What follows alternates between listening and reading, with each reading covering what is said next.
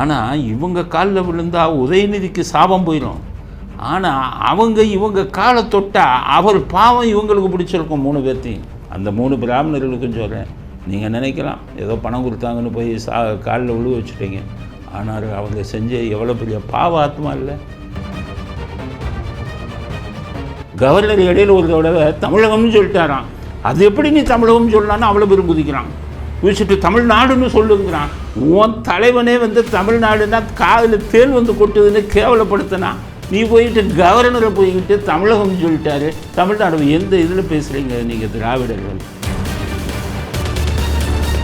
இது மக்களை மறக்க முடிக்கணும்.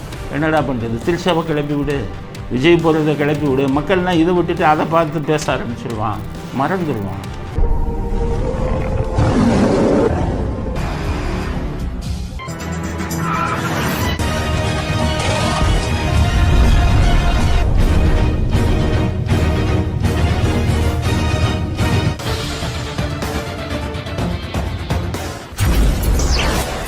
வணக்கம். இன்றைய அரசியல் ஆடுகளத்திற்கு உங்கள் அனைவரையும் அன்புடன் வரவேற்கிறோம். இன்றைய முக்கியமான செய்தி அலசல் என்ன அப்படின்னு பார்த்தீங்கன்னா, முதல் செய்தி, பிராமணத்தின் காலில் விழுந்த திராவிடம். பிராமணத்தின் காலில் விழுந்த திராவிடம், இதுதான் முதல் செய்தி. எப்படி திராவிடத்துக்கு தான் பிராமணத்தை பிடிக்காத, அப்புறம் இப்படி பிராமணத்தோட காலில் போய் திராவிடம் விழுகும் அப்படின்னு பல பேருக்கு சந்தேகம் வரும். உண்மையிலேயே எதற்கும் ஒரு எல்லை உண்டு இல்லை. பண்ணுற அயோக்கியத்தனெல்லாம் கொஞ்சமாக நெஞ்சமாக, அதுக்கு என்றைக்காச்சும் பாவம் அனுபவிக்கணும்ல. ஒரு காலத்தில் இந்த பிராமணத்தை இவங்க என்னென்ன பண்ணாங்க, நம்ம ராமசாமிகிட்டேருந்து வருவோம், ஈவே ராமசாமிகிட்டேருந்து வருவோம். ஈவே ராமசாமி என்ன பண்ணார்? பப்ளிக்காக எல்லாரும் பப்ளிக் மீட்டிங்கிலெல்லாம் பாப்பானையும் பாம்பையும் கண்டா பாம்பு அடிக்காத, முதல்ல பாப்பான் அடி, ஏன்னா பாம்பை விட ஆபத்தானவன் பாப்பான். இப்படியே சொல்லி சொல்லி சொல்லி தமிழ்நாட்டில் வெறுப்பை உருவாக்கினாங்க. எல்லாருமே அவர்களை எதிரிகளாக பார்க்குற அளவுக்கு வன்மத்தை கக்கினாங்க. அவங்க அமைதியாக தான் இருந்தாங்க, அவங்க வம்புக்கு போக மாட்டாங்க, அமைதியானவர்கள், தெய்வ பக்தியில் உள்ளவங்க, வாயை திறக்கலை. எல்லா இடமும் பாப்பான் அடி. அதுக்கு அடுத்ததில் உள்ள போய் என்ன பண்ணாங்க, கொஞ்சம் அதிகம் இன்னும் போய் இப்போ அவர் பிராமணர்களை துரத்தி பூணூலை வெட்டினாங்க. அதுக்கு அடுத்தது சில இடங்கள்லாம் குடுமையை வெட்டினான். இவ்வளவையும் பண்ணான். அதுக்கப்புறம் பார்த்தா எவ்வளோ அடித்தாலும் இவங்க சும்மா இருக்காங்களே, திருப்பி அடிக்க மாட்டேங்கிறாங்க, திட்ட மாட்டேங்கிறாங்களே, இவங்க பொழைப்பில் கையை வைக்கணும் அப்படின்னு சொல்லி அவங்க என்ன பண்ணுவாங்க, சாஸ்திரம் இதெல்லாம் கோயில்களில் தானே ஓதுறாங்க. அதனால் கோயிலில் எல்லா ஜாதியினரும் அரசர்களாகலாம்னு சொல்லி பொழப்புக்கு வேட்டு வைப்போம் அப்படின்னு பொழப்புக்கு வேட்டு வச்சாங்க.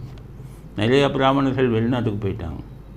இவர்கள்ட்ட இவர்களுடைய அரக்கர்கள்ட்ட நம்ம எப்படி துன்பத்தை எப்படி தாங்க முடியும்னு வெளிநாடு போயிட்டாங்க.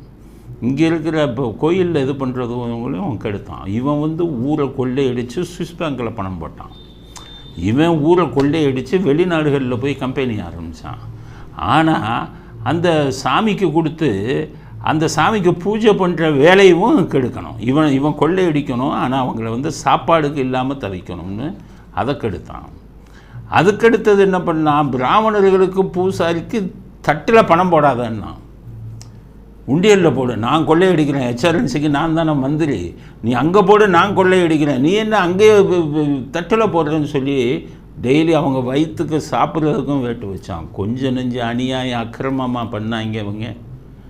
ஆக இந்த திருட்டு திராவிடத்துக்கு எல்லாருமே சப்போர்ட் பண்ணால், சில பேர் ஆதரவு கொடுத்தான், சில பேர் பயந்தான். அப்படிப்பட்டது தான். ஒரே ஒருத்தர் தான், வசுபன் முத்துராமலிங்கத்தவர் தான் அந்த பிராமணர்களுக்கு ஆதரவாக அந்த காலத்தில் குரல் கொடுத்தார். அவர் பந்தாடினதில் தான் ஓடினாங்க பூரா, உதப்பாங்கடா நம்மளன்னு ஒன்று தான் ஓடினான். அவர் 1963 அவர் இறந்த உடனே குளிர் விட்டு போச்சு அவங்களுக்கு. மறுபடியும் ஆரம்பிச்சிட்டான் இதெல்லாம். அதுவும் உதயநிதி எல்லாம் பார்த்திங்கன்னா சனாதானம் என்பது வைரஸ், அதை ஒழிக்க வேண்டும்ங்கிற எல்லாம் ஜெயிச்சு ஆட்சிக்கு வந்தோடனே அந்த வீடியோவில் அவர் பேசுகிறத பாருங்கள். சனாதானம் வைரஸ். சிலவற்றை நாம் ஒழிக்கத்தான் வேண்டும், எதிர்க்க முடியாது.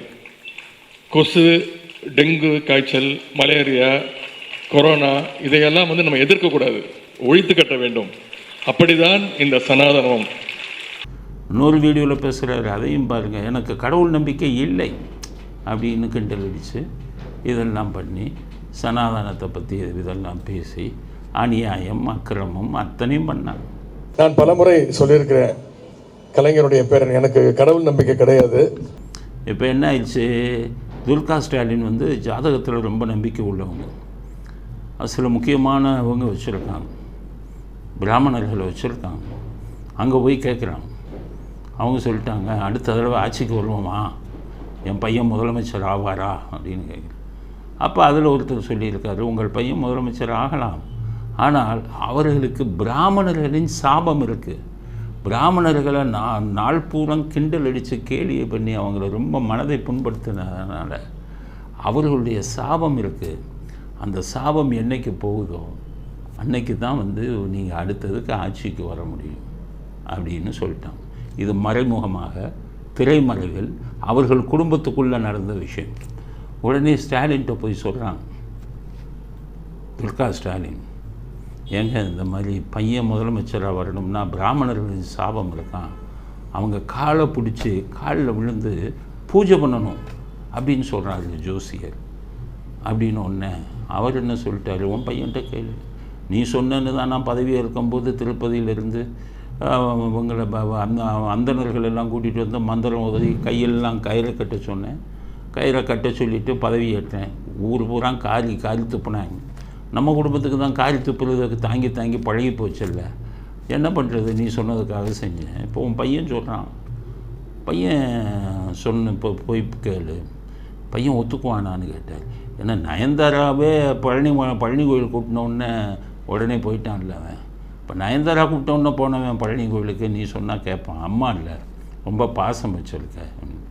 உடனே அவங்க போய் அவர்கிட்ட பேசி அவர் என்ன சொன்னார், அம்மா எனக்கு சாமி கும்பிடணுன்னு தான் ஆசை, ஆனால் எல்லாத்தையும் பேசிவிட்டேன், வைரஸ் எல்லாம் பேசிட்டேன், இனி இது பண்ணால் அவன் காரி துப்பிடுவான், என்னம்மா பண்ணுறதுன்னா, இல்லை ரொம்ப ரகசியமாக பண்ணும், 3 பிராமணர்களை நான் கூட்டிகிட்டு வரேன், அவங்க காலில் தண்ணியை வச்சு காலை தொடச்சி பூஜை பண்ணி நீ கும்பிட்டா தான் நீ முதலமைச்சர் ஆக முடியும் அப்படின்னு ஒன்று ரொம்ப ரகசியமாக பண்ணுவோம்மா, வெளியில் தெரிஞ்சால் நாரி போகும், ஊர் பூரா இந்தியா பூரா என்னை வந்து செருப்பு கழட்டி அடிக்கிறான் என் ஃபோட்டோவை, இந்த மாதிரி பண்ணணுன்னு தெரிஞ்சதுன்னா ரொம்ப கேவலமாக இல்லை, ரகசியமாக வைப்போம்னு சொல்லி 3 பிராமணர்களை கூட்டிகிட்டு போகிறாங்க.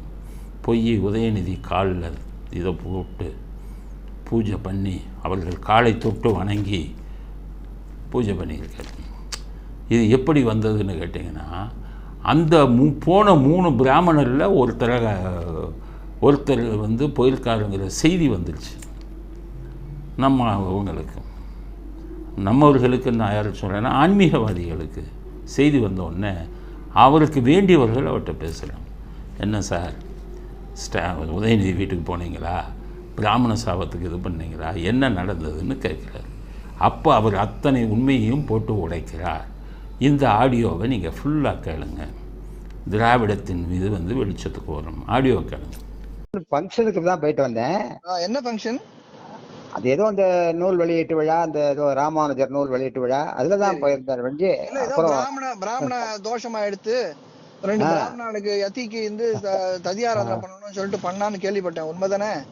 ஆமா ஆமா, பிராமண தோஷமா போச்சு, அதனால எதிகளுக்கு போடணும்னு சொல்லி, இல்ல சுவாமி அதெல்லாம் நான் அரசியல்ல வர மாட்டேன், நான் ஏதோ இது இந்து மத அரசியல் சார்ந்த இது, அதனால நான் இதை மதிப்பு கொடுக்கணும், எம்பெருமானாருடைய நூல் வெளியிட்டு, அதனால அதுக்கு இங்கேருந்து எதிராஜியரை உட்காத்தி வச்சுட்டா, அவரை எதுவுமே அசைக்க முடியாத உட்காத்தி வச்சுட்டா. அந்த மணவாள கூட்டம் எல்லாம் எண்ணி அந்த மாதிரிதான் உள்ளுக்குள்ள ஒரே. யார் போன? 2 பேர் போன. யாரு? தேவர் இன்னொருத்தர் சொல்றேன் நான். ஏன்னா என்ன முழுக்க நனைஞ்ச அப்புறம் முக்காடு போனேன் சொல்றேன். யாரு? மன்னார்குடி ஜென்டலங்காஜியர், அவர் RSS, அவரு வந்தாரா? ஆமா ஆமா, அவரும் வர மாட்டேன். வேற இந்த ஆழ்வார்த்தனர் ஜீயரும் நாங்க அந்த சிவலிபுத்தூர் ஜீயரும் போனோம். சரி 3 பேர் அந்த கொள்ள. ஆமா, கொஞ்சம் இதுவா இருப்பாரு, ஷார்ட்டா இருப்பாரு, அவர் தான் போனோம். சம்பாவனை பண்ணலா? சம்பாவனை ஒன்றும் இல்லை சுவாமி, வெறும் சம்பவம் எதிர்பார்த்துல போல. அவளா இல்ல, அவ 2 பேரும் விட்டு போயிட்டு உதயநிதி வீட்டுக்கு அவரும் வரணும்னு சொன்னா. ரொம்ப சுவாமி எளிமையா இருக்கார், கூட்ட ஃபங்க்ஷனுக்கெல்லாம் வரார். அதனால ஏதோ சன்னியாசி காலடி வச்சா ஜோசியன் சொன்னாரா, அது அடுத்த தடவை ஆட்சிக்கு வருவாருன்னு சொன்னாரா. ஐயோ, ஒரு பச்சை தண்ணி விட நான் ஒன்னும் தொட மாட்டேன்ட்டேன். எதுவுமே இல்ல, எதுவுமே நாங்க எதுவும் தொடல. அப்படி ஆமா, தூரம் இருந்து அதான் சேவிச்சா எல்லாம் பண்ணா, எல்லாருமே எல்லாம் பண்ணா. ஆனா வேற எதுவும் நாங்க எதுவும் இது பண்ணிக்கல. அதான் அதனால கோயிலையும் ஒரு ஆலோசனை பண்ணி சொல்லும் தேவர் எப்ப சொல்றீங்க அது வரைக்கும் காத்துருக்கு. சரி அடியல் சொல்ல சுவாமி, நான் நாளைக்கு சொல்லிடுறேன். ஆமா, ஓகே, தீர ஆராய்ச்சி சொல்லிடுறேன். ஸோ ஆடியோ கேட்டிங்கல்ல, இவர் காலில் தான் விழுந்திருக்காப்புல உதயநிதி. ஆனால் இவங்க காலில் விழுந்தா உதயநிதிக்கு சாபம் போயிடும். ஆனால் இவங்க காலை தொட்டால் அவர் பாவம் இவங்களுக்கு பிடிச்சிருக்கும் 3 பேர்த்தையும். அந்த 3 பிராமணர்களுக்கும் சொல்கிறேன், நீங்கள் நினைக்கலாம் ஏதோ பணம் கொடுத்தாங்கன்னு போய் காலில் விழுவ வச்சுட்டீங்க. ஆனால் அவங்க செஞ்ச எவ்வளோ பெரிய பாவ ஆத்மா இல்லை, எவ்வளோ பணத்தை கொள்ளையடிச்சிருக்காங்க, எத்தனை பெண்களுக்கு துரோகம் பண்ணியிருக்காரு உதயநிதி. அப்படி ஒரு கெட்ட ஆத்மாவை உங்கள் காலத்தோட விட்டதே தப்பு. அந்த 3 பிராமணர்களுக்கும் நான் இதை செய்தியாக பதிவு செய்ய விரும்புகிறேன். பாவம் பண்ணவங்களை நீங்கள் தொடவே கூடாது, அதுதான் என்னுடையது. ஏன்னா கருணாநிதி அவர்கள் வீட்டுக்கு சத்யசாய் பாபா போகும்போதே நான் சொன்னேன், கெட்ட ஆத்மாக்கள் வீட்டுக்கு போயிருக்காரு. அவர் மிகப்பெரிய இவர் சக்தி படைத்தவர் சத்யசாய் பாபா. அதுக்கப்புறம் தான் அவருக்கு உடல்நிலை பாதிக்கப்பட்டு குணமே அடைய முடியலை. அவரால் குணமடைந்தவர்கள் பல பேர், லட்சக்கணக்கான. ஆனால் அவரே தன்னை குணப்படுத்த முடியாததுக்கு காரணம் கெட்ட ஆத்மாக்களின் வீட்டில் போய் அவர் உட்காரும்போது அந்த தன்னிடம் இருக்கும் சக்தி எல்லாம் போயிடும். அதே தான் இப்போ இந்த 3 பிராமணர்களுக்கு சொல்லுவோம், காலை தொட்டாங்கல்ல, அவர்கள் பாவம் உங்களை பிடிக்கும். அது நீங்கள் எப்படி அதை கழிக்கப் போகிறீர்கள் அப்படிங்கிறது வருங்காலம்தான் பதில் சொல்லணும். அதனால் இந்த இப்போ கூட்டம் என்ன நினச்சிக்கிட்டு இருக்குது, அந்தனர் சாபம் போயிடுச்சு, இன்னமே நான் திருப்பி ஆட்சிக்கு வந்துடலாம், உதயநிதி முதலமைச்சராகிடலாம்னு சொல்லி தெம்பாக இருக்காங்க. ஆனால் நான் சொல்கிறேன், என்னுடைய மனசுக்கு பட்டதை நான் சொல்கிறேன், என்னுடைய மனசு சொல்கிறத சொல்கிறேன். எத்தனை பாவ மன்னிப்பு கேட்டாலும் உங்களுக்கு பாவ மன்னிப்பு இந்த ஜென்மத்தில் கிடைக்காது. காரணம், நீங்கள் கடவுளை மட்டும் நிந்திக்கலை, அத்தனை பாவ செயல்லையும் அரசியலில் நீங்கள் பண்ணாத பாவமா, நீங்கள் பண்ணாத அநியாயமா, பண்ணாத அக்கிரமா, ஏழை மக்களின் பணத்தை கொள்ளையடித்து வெளிநாடுகளில் போய் கம்பெனி ஆரம்பிச்சிங்க நீ. அப்போ உங்களுக்கு எப்படி பாவ மன்னிப்பு கிடைக்கும்? இயேசு கிறிஸ்துவன்னா உங்களை கிறிஸ்தவ மதத்தில் இருப்பவர்களை இயேசு கிறிஸ்துவன்னா மன்னிப்பார். காரணம், கிறிஸ்தவ மதத்தில் பாவ மன்னிப்பு என்பது உண்டு, ஆனால் இந்து மதத்தில் பாவ மன்னிப்பு என்பது கிடையாது. நீங்கள் பண்ணிய பாவத்துக்கெல்லாம் நீங்கள் ஃபுல்லாக அனுபவித்து தான் சாகும். நான் பலரை பார்த்தேன்.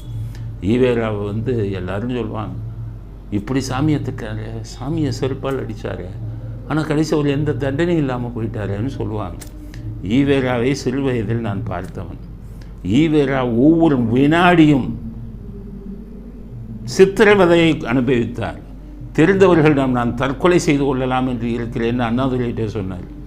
காரணம், பல பிரச்சனைகள், உடல் ரீதியாக பல பிரச்சனைகள், மன ரீதியாகவும் அவருக்கு பல பிரச்சனைகள். அவரை இப்போவாச்சும் கருணாநிதியில் சக்கரினா காலில் வந்தாங்க, அப்போ வசதிகள் இல்லை. சக்கரினா காலில் வருவார், அங்கேருந்து மேடைக்கு தூக்கும்போது 4 பேர் தூக்கிட்டு வருவாங்க. தூக்கிட்டு வரும்போது ஒரு சிறுநீர் ஒரு சட்டியிலே போவார். அந்த சிறுநீர் சட்டியை ஒரு ஆள் தூக்கிட்டே வருவான், ஒரு குழாய் அப்படி இருக்கும். அப்போ அவர் வரும்போது மூச்சு விடுவதற்கே கஷ்டப்பட்டு அவன் பெருமூச்சு விடுவார். சித்திரவதை பக்கத்தில் இருந்து பார்த்தேன் நான்.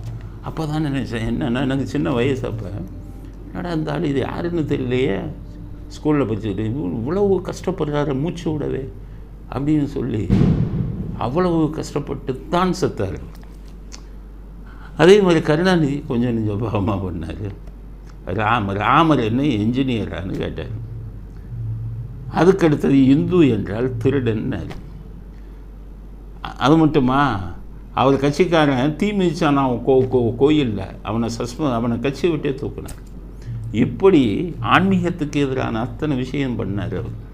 எல்லோரும் நினச்சாங்க அவர்னால இப்போ எந்த சிஎம் ஆகிட்டுல போனார். சிஎம் அதாவது பணக்காரனாகிறது, கார் வச்சிருக்கிறது, பெரிய பதவியில் இருக்கிறது, இதுதான் ஒரு மனிதனுக்கு கிடைக்கும் அங்கீகாரம்னு எல்லாரும் தப்பாக நினைக்கிறீங்க. பதவிக்கு சிஎம்மாக வந்துட்டால் அது அங்கீகாரம் இல்லை.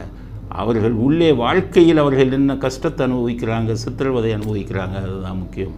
2001 2002 சக்கரை நாற்காலியில் உட்கார ஆரம்பித்தார் கருணாநிதி. 15 ஆண்டுகள் சித்திரவதைப்பட்டார். யாருக்கும் தெரியாது. பல பேருக்கு நிற்க முடியாது.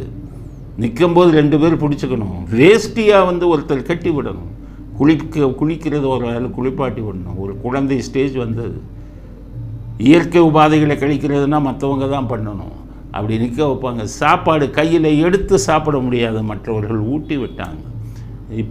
இப்படிப்பட்ட ஒரு சித்திரவதையை 15 ஆண்டு காலம் அனுபவித்தார் நாசிகரான கருணாநிதி.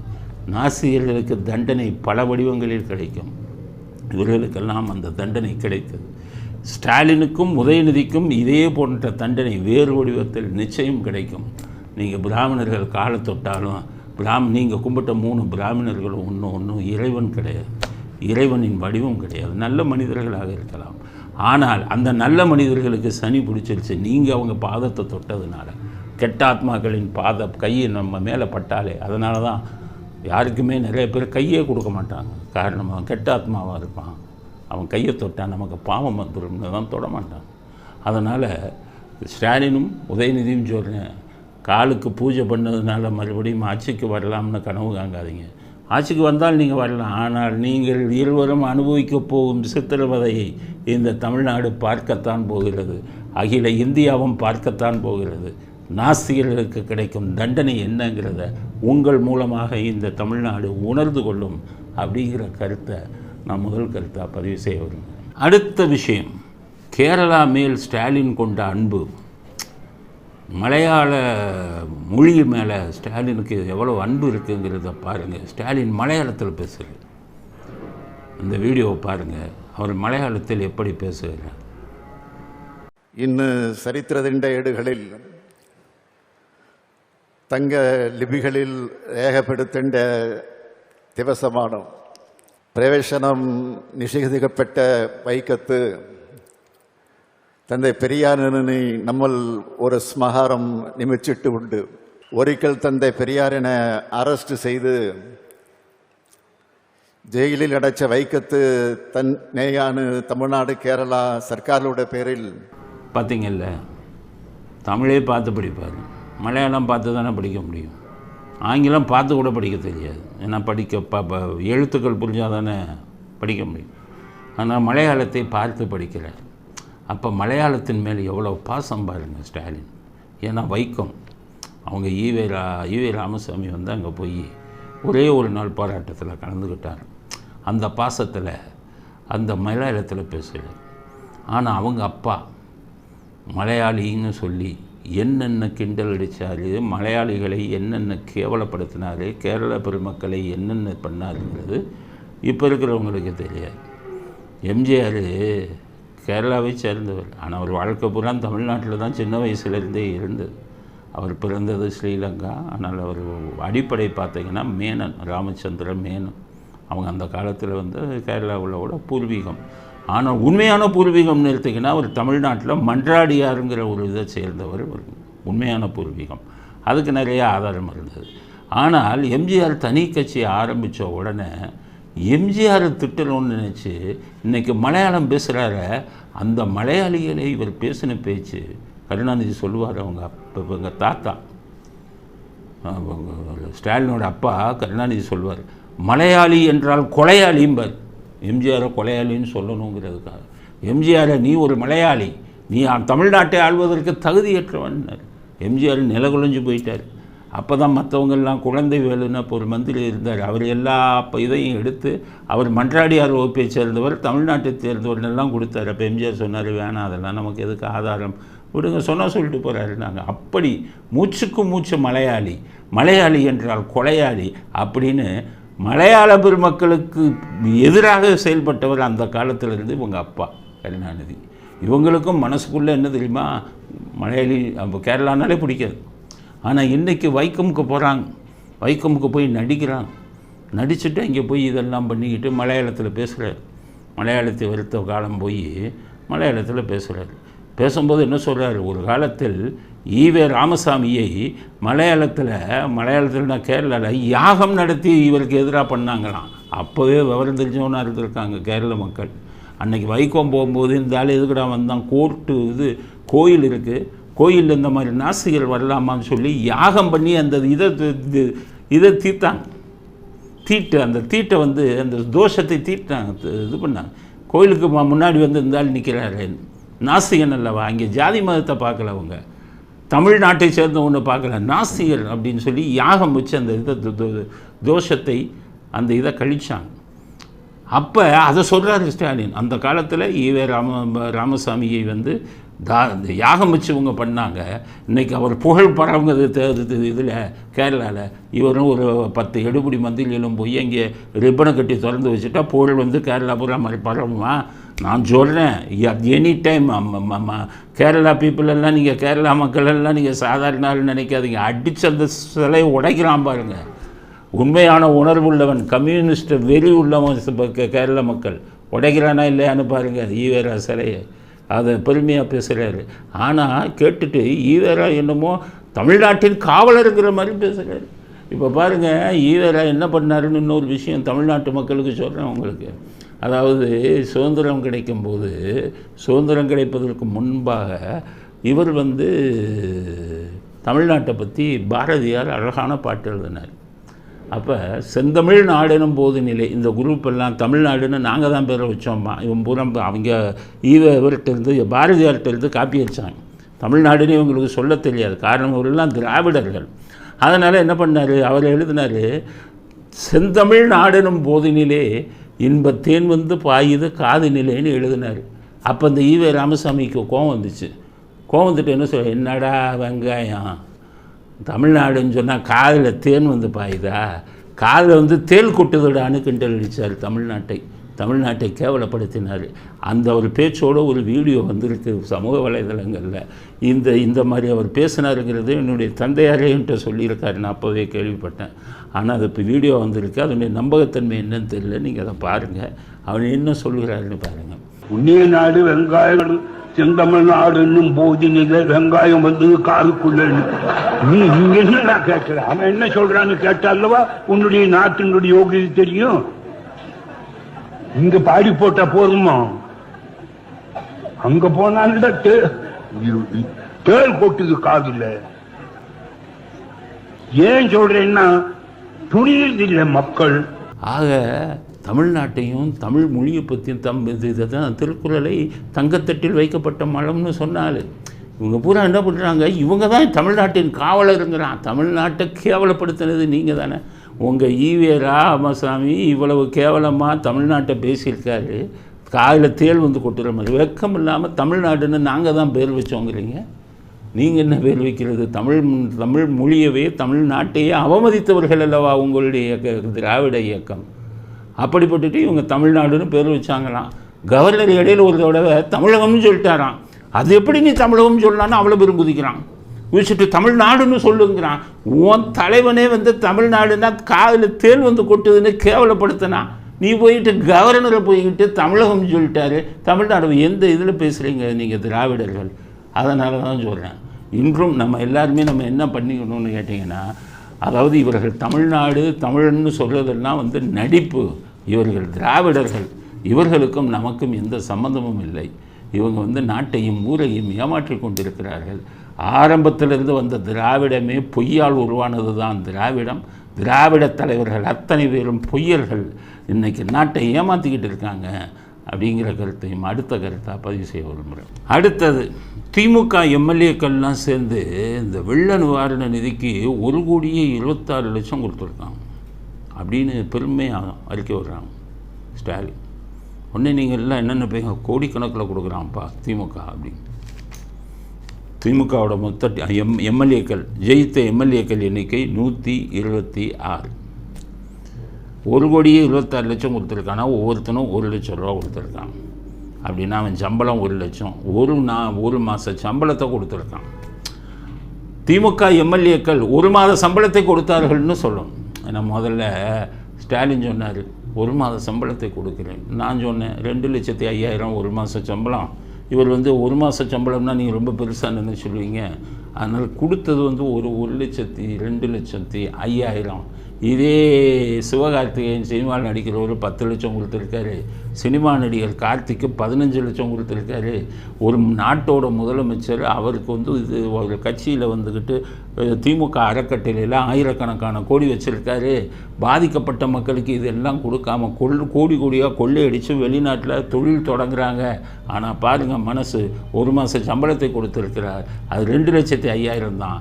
அதனால் ஒரு மாத சம்பளங்கிறத ஏமாந்துடாதீங்கன்னு. அதனால் இப்போ என்ன பண்ணிட்டாரு, 1 மாத சம்பளம் எம்எல்ஏன்னு சொல்லாமல் எம்எல்ஏக்கள் எல்லாம் சேர்ந்ததை 1,26,00,000 சொல்கிறோம். அப்போ நீங்கள்லாம் என்ன நினைப்பீங்க, ஒரு எம்எல்ஏவும் 1,26,00,000 கொடுத்துட்டாங்க. அது இல்லை, எல்லாம் 1,00,000 கொடுத்துட்டாங்க. நான் என்ன சொல்கிறேன், கொடுத்தீங்க ரைட்டு, ஏதோ எதையாச்சும் கொடுத்தீங்க. உங்களுக்கு நான் உங்களை குறை சொல்ல முடியாது. ஏன்னா ஒன்றுமே இல்லாமல் இருக்கிறதுக்கு கொடுத்தீங்க. ஆனால் நீங்கள்லாம் 1 மாத சம்பளத்தை கொடுக்கறதுக்கு பதிலாக நீங்கள் இதுவரை எடுத்த கான்ட்ராக்டு, இதுவரை எடுத்த டெண்டரு, இதுவரை எடுத்த அரசாங்கம் சம்மந்தப்பட்டது, இதிலெல்லாம் நீங்கள் வாங்கினீங்கள 40% லஞ்சம். ஒவ்வொரு மந்திரியும் ஒவ்வொரு எம்எல்ஏவும் அந்த ஸ்டாலின் குடும்பம் இவங்கெல்லாம் வாங்கின லஞ்சம் அதில் 1% கொடுத்தீங்கன்னா போதும் மக்களுக்கு. நீங்கள் வாங்கின லஞ்சத்தெல்லாம் இது பண்ணிங்கன்னா தமிழ்நாட்டுடைய 9 லட்சம் கோடி கடனையும் அடைச்சிடலாம். அதுக்கு முடியலைனாலுமே நீங்கள் வாங்கினதில் நீங்கள் கொள்ளையடித்ததில் 1%, 1 லட்சம் கோடி கொள்ளையடிச்சது. அப்போ 1%னா 1000 கோடி வரும். அதனால் சம்பளத்தை கொடுக்காதீங்க, கிம்பளத்தை கொடுங்க. நீங்கள் வாங்கின கிம்பளத்தை கொடுங்க. இதுக்கு வெள்ள நிவாரண நிதிக்கு சம்பளம் எங்கே யாருக்கு பற்ற போகுது அப்படிங்கிறத ஸ்டாலினுக்கு சொல்கிறேன். உங்கள் ஆளுங்கிட்ட கிம்பளத்தை கொடுக்க சொல்லுங்கள், மக்களுக்காச்சும் பயன்படட்டும். இதில் அவர் வெள்ள நிவாரண நிதிக்கு வெள்ள நடந்த பகுதியில் போகிறாரு. அவர் போய் வெள்ள நிவாரண இதுக்கு போகும்போது நிருபர்கள் கேட்குறாங்க உதயநிதிட்ட, என்ன சார் வெள்ள நிவாரணம் எப்படி இருக்காங்க. ஆக்சுவலாக நான் இப்போ சிங்கப்பூருக்கு போக வேண்டியது, இந்த சென்னை மழைக்காக இங்கே இருக்கேன். வேர்ல்டு சாம்பியனா குகேஷ் இப்போ பட்டம் வென்றிருக்காரு, எப்படி சார் இருக்கு? ரொம்ப மகிழ்ச்சியா இருக்குங்க. நம்ம எதிர்பார்க்கப்பட்டது ஒன்று. தொடர்ச்சியா நம்ம தமிழ்நாடு அரசு முதலமைச்சர்களும் ஒரு ஊக்கம் கொடுத்துக்கிறோம். இதனைக்கும் இன்னும் சொல்லப்போனால் சென்ற வருடம் சென்னை கிராண்ட் மாஸ்டர்ஸ் அவர் இந்த வேர்ல்ட் கப்புக்கு குவாலிஃபை ஆகணும் அப்படிக்காகவே நடத்தினது.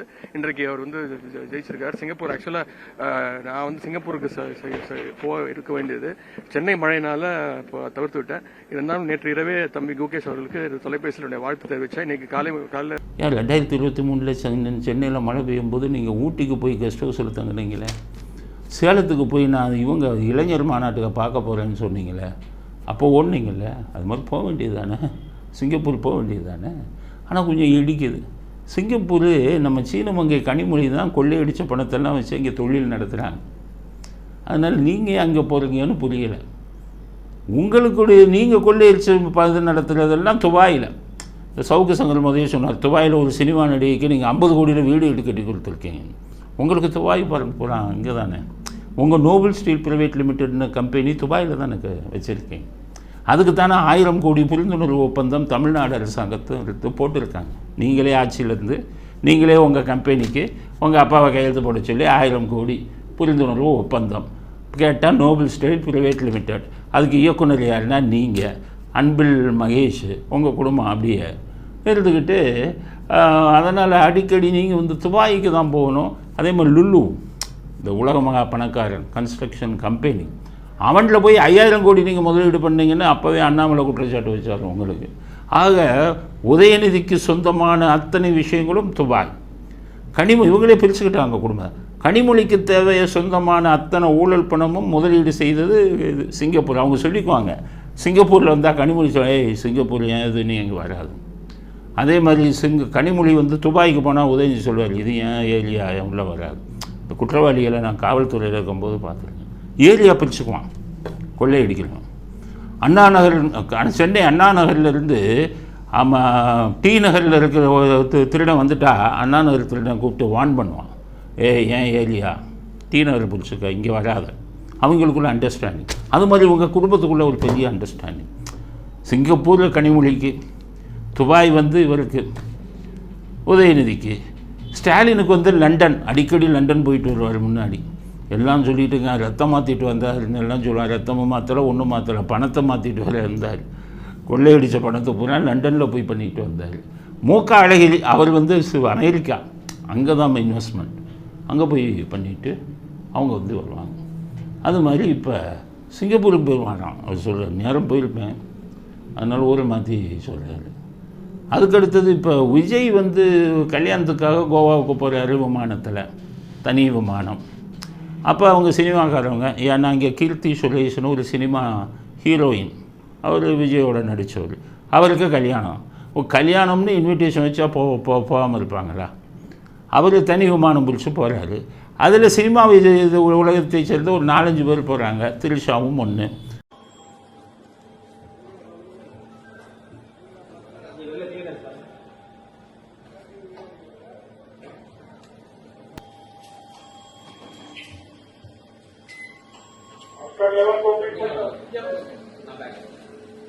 மீதி 4 பேர். இந்த குடும்பம் என்ன பண்ணுறான், இந்த திமுக ஐடிவிங்க விஜய் போகிறது, திரிஷா போகிறது அப்படியே வீடியோ எடுத்து காமிச்சிக்கிட்டே இருக்கான். 2 பேரும் ஒன்றா போகிறாங்க, ஒரே விமானத்தில் போகிறாங்களாம்.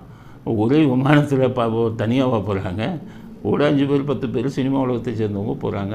அதை எடுத்து விஜயை கிண்டல் பண்ணி சினிமா நடிகையுடன் ஊர் சுற்றுகிறார் விஜய்.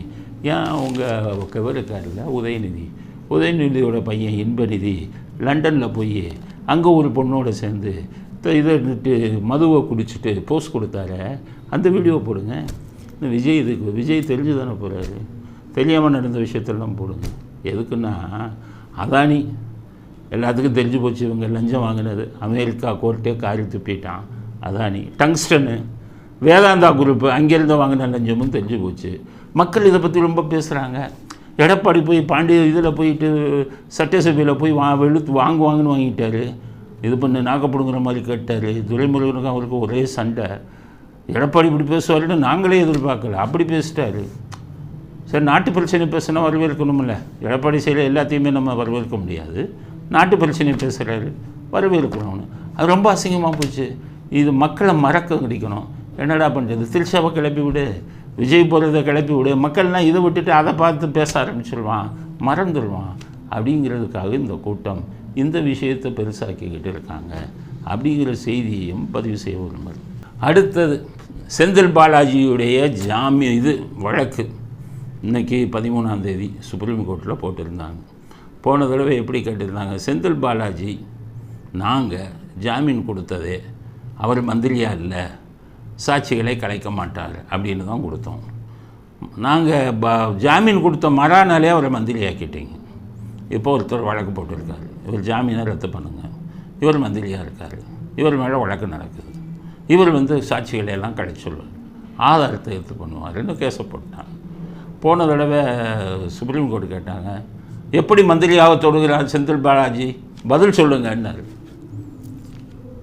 13ஆம் தேதிக்குள்ளன்னு ஒரு பதில் கொடுக்கல, வாயவே திறக்கலை. இன்றைக்கி சுப்ரீம் கோர்ட் சொல்லியிருக்காங்க, என்ன நாங்கள் கேட்டால் பதில் வாயவே திறக்கலை, என்ன அர்த்தம், இன்னும் 1 வாரம் டைம் தரேன், அதுக்குள்ளே பதில் சொல்லுங்கன்னு இருக்காங்க. மத்திய அரசாங்கம் அமலாக்கத்துறையும் பதில் கொடுக்கணும் அப்படின்னு சொல்லியிருக்காங்க. என்ன தைரியம்னா, கனிமொழியை பிடிச்சி இவரை பிடிச்சி அமித்ஷாவை பிடிச்சி அமலாக்கத்துறை அடக்கி வாசின்னு சொன்னாலும் சொல்லுவாங்க.